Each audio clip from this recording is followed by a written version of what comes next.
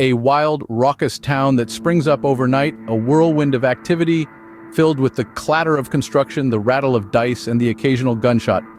In the heart of the 1860s, the United States was undergoing a transformation.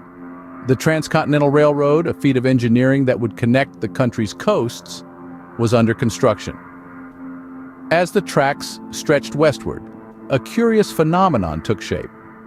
Communities that came to be known as Hell on Wheels towns began to appear, following the progress of the railroad. These were not permanent settlements, rather, they were temporary, bustling hubs of activity erected almost overnight to cater to the needs of the railroad workers. They were rough, chaotic, and teeming with life. They offered food, supplies, and entertainment, but they also harbored gambling, lawlessness, and the ever-present saloon. These towns were the beating heart of the American frontier, the pulse of progress that was the Transcontinental Railroad. The Transcontinental Railroad, a 1,912-mile stretch of steel and sweat that stitched the nation together. It was a monumental feat of engineering, a testament to human grit and innovation. Thousands of workers toiled under grueling conditions, their hands shaping the destiny of a continent. Mountains were blasted, rivers were bridged, and deserts were crossed, all to lay that unbroken line of steel that would connect east to west. But the railroad wasn't built on iron and steam alone. Along its path sprang up the Hell on Wheels towns, mobile encampments that followed the march of progress. These rough-and-tumble settlements provided the necessities and vices needed to keep the workers going. They were a wild mix of makeshift facilities, saloons, and tents, teeming with lawlessness, gambling, and a spirit of reckless abandon. The railroad was more than just tracks and trains. It was a symbol of a nation forging its future, one rail at a time. The Hell on Wheels towns were a melting pot of characters. Workers, gamblers, outlaws, all drawn by the promise of opportunity or escape.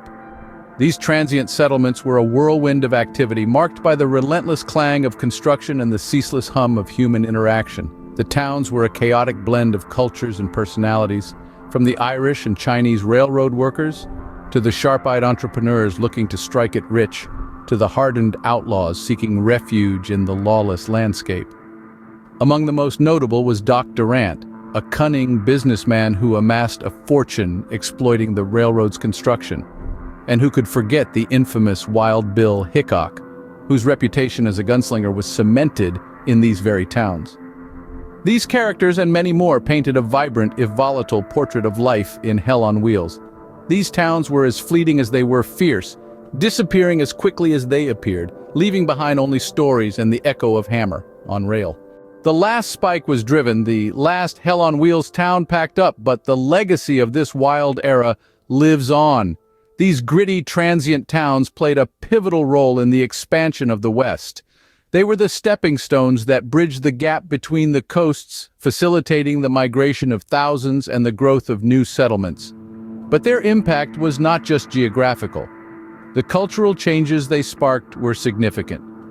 The unique mix of people, rail workers, entrepreneurs, adventurers, and outlaws, fostered a unique social environment that challenged norms and pushed boundaries. This fusion of cultures, ideas, and attitudes has left an unwavering mark on American history. Their vibrant history has also found a place in American folklore and media. From dime novels to Hollywood westerns, the Hell on Wheels towns have been romanticized, vilified, and immortalized. The Hell on Wheels towns may be gone, but they echo through the ages, a testament to the wild, untamed spirit of a nation on the move.